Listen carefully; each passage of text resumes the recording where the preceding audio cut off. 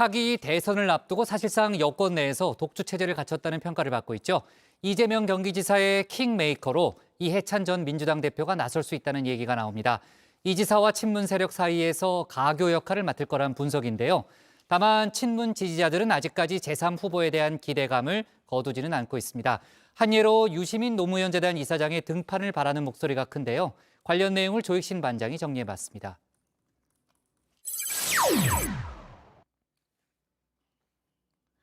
여권의 가장 강력한 대선주자로 입지를 굳힌 이재명 경기지사.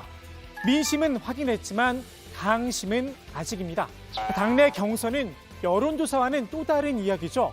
당의 주류, 친문 세력의 마음을 얻어야 합니다. 혼자만의 힘으론 어렵습니다. 그래서 필요한 게 바로 킹메이커인데요. 이해찬 전 대표가 그 역할을 맡을 거란 이야기가 나옵니다. 이 전 대표, 이 지사에겐 우산 같은 존재였습니다. 지난 2018년이었죠. 이른바 해경궁 김씨 문제가 검찰 수사로까지 이어지자 이 지사가 갑자기 문준용 씨를 소환했습니다. 특혜 채용 의혹부터 확인해야 한다고 밝힌 건데요. 친문계에선 내부 총질이냐 격앙된 반응이 나왔었습니다. 2012년 대선부터 거론이 됐지 않습니까? 그래서 그 당시에도 굉장히 많은 그 논란이 있었고, 사실은 또 당시에 새누리당에서 그걸 아주 선거에 활용하려고 많은 노력을 했었고요. 그래서 이제 그때 또 끝났나 했더니 작년 또 대선 때 그걸 또 새누리당이 들고 나왔지 않습니까? 그래서 저는 이 문제는 이미 또 법원에서 판결까지 있었습니다. 그 사이에. 그렇기 때문에 이 문제에 대해서 거론하는 거는 내가 볼 때 납득하기 힘들다. 그 얘기를 한 거예요. 당시 이 지사도 친형 강제 입원 등의 문제로 검찰 수사를 받았었죠. 검찰이 이 지사를 기소하자 친문 세력을 중심으로 탈당을 요구하는 목소리가 거셌습니다. 이 지사는 당원권을 유보하겠다는 입장을 당 지도부에 전달했었는데요. 이 전 대표가 이를 수용해 준 겁니다. 당의 단합을 위해서 이를 수용하는 것이 옳겠다고 이제 최고위원들 간의 논의가 있었습니다. 아무쪼록 모든 당원들이 일치 단결해서 우리는 한 팀이다라는 마음으로 당이 분열되지 않도록 마음을 잘 모아주실 것을 당부를 드리면서 그 재판 과정을 지켜보도록 하겠습니다. 지난해 민주당 전당대회를 앞두고선 대선 경선 일정을 미루자는 주장이 나왔었죠. 이때도 이 전 대표가 나서 선을 그어줬습니다. 먼저 대선 후보를 확정했을 때 본선에서 승리했다고 말입니다. 4.7 재보선을 앞두고 다시 본격적인 활동을 재개한 이 전 대표는 이 지사를 이렇게 평가했습니다. 그분은 이제 그동안에 여러 차례 아주 혹독한 그 검증을 받았지 않습니까? 네.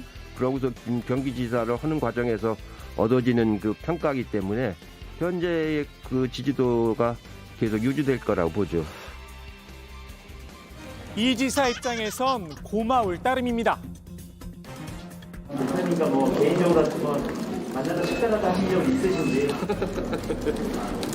최근에 만나신 적이 있으신가요? 네, 식사를 한번 하긴 했습니다. 그런데 그게 특별히 현재 선거나 정치 구도에 관한 얘기는 아니고 아주 오랜만에 저희가 당을 위해서 고생하시는 또 그리고 우리 당의 대선배님이시고 해서 그냥 사적인 모임을 식사를 한번 한 일이 있긴 합니다. 네. 그런데 두 사람은 사적인 모임뿐 아니라 공적인 모임도 함께하고 있습니다. 이 전 대표는 동부가 평화경제협회라는 단체를 이끌고 있는데요. 경기도와 함께 DMZ 포럼을 공동 주관해왔습니다. 지난해에 이어 올해도 이 전 대표가 기조연설자로 나선다고 합니다. 이번에 DMZ 포럼을 공동 주최하고 국내외 평화 NGO들을 한자리에 모아주신 동북아 평화경제협회 이사장 이해찬 전 더불어민주당 대표님도 반갑고 또 감사드립니다. 민주당 20년 집권론을 설파했던 이 전 대표. 여권 일부에서 나오는 이야기처럼 이 지사와 친문 세력을 이어주는 가교 역할을 맡아줄까요? 설령 다리를 놓는다고 해도 건널지 여부는 친문 세력이 판단하겠죠. 어쩌면 이 지사에게 눈길을 주긴 아직 이르다고 생각할 수도 있을 듯합니다.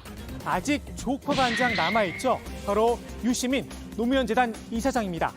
유 이사장, 이 한마디로 친문 지지자들의 마음을 설레게 했습니다. 20살 때 가지고 있었던 모든 것을 지금 환갑 지난 지금까지 그대로 가지고 있다. 그러면 일관성 있어 저 사람. 이게 아니고 벽창화 아니야? 이렇게 된다는 말이에요. 신념 자체도 달라진다. 그리고 달라지는 것을 우리가 자연스럽게 받아들일 필요가 있다. 너무 신념에 집착하지 마시기 바랍니다.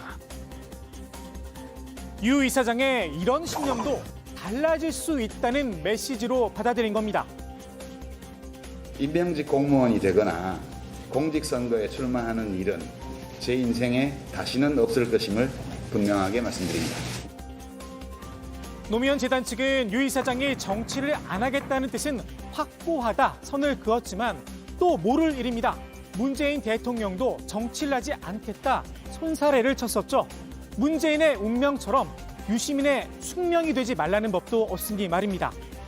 야권 대선 주자 1위죠. 윤석열 전 검찰총장. 윤석열의 진심에 이어 구수한 윤석열이란 책도 출간 예정이라고 합니다. 이 구수한이란 단어, 사법시험을 구수했다는 데서 따왔다고 하는데요. 윤 전 총장의 어린 시절부터 검찰총장 사퇴까지 인간적인 면을 담았다는 설명입니다.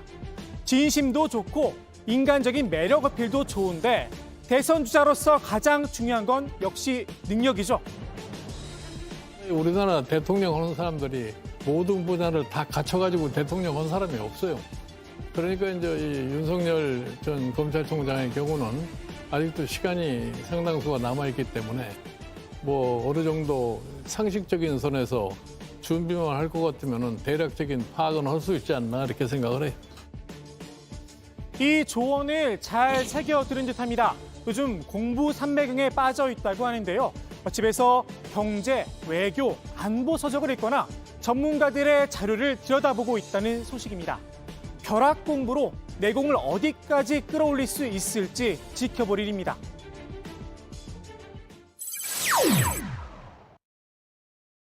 And the BAFTA is awarded to Ye Jung-yoon for Minari.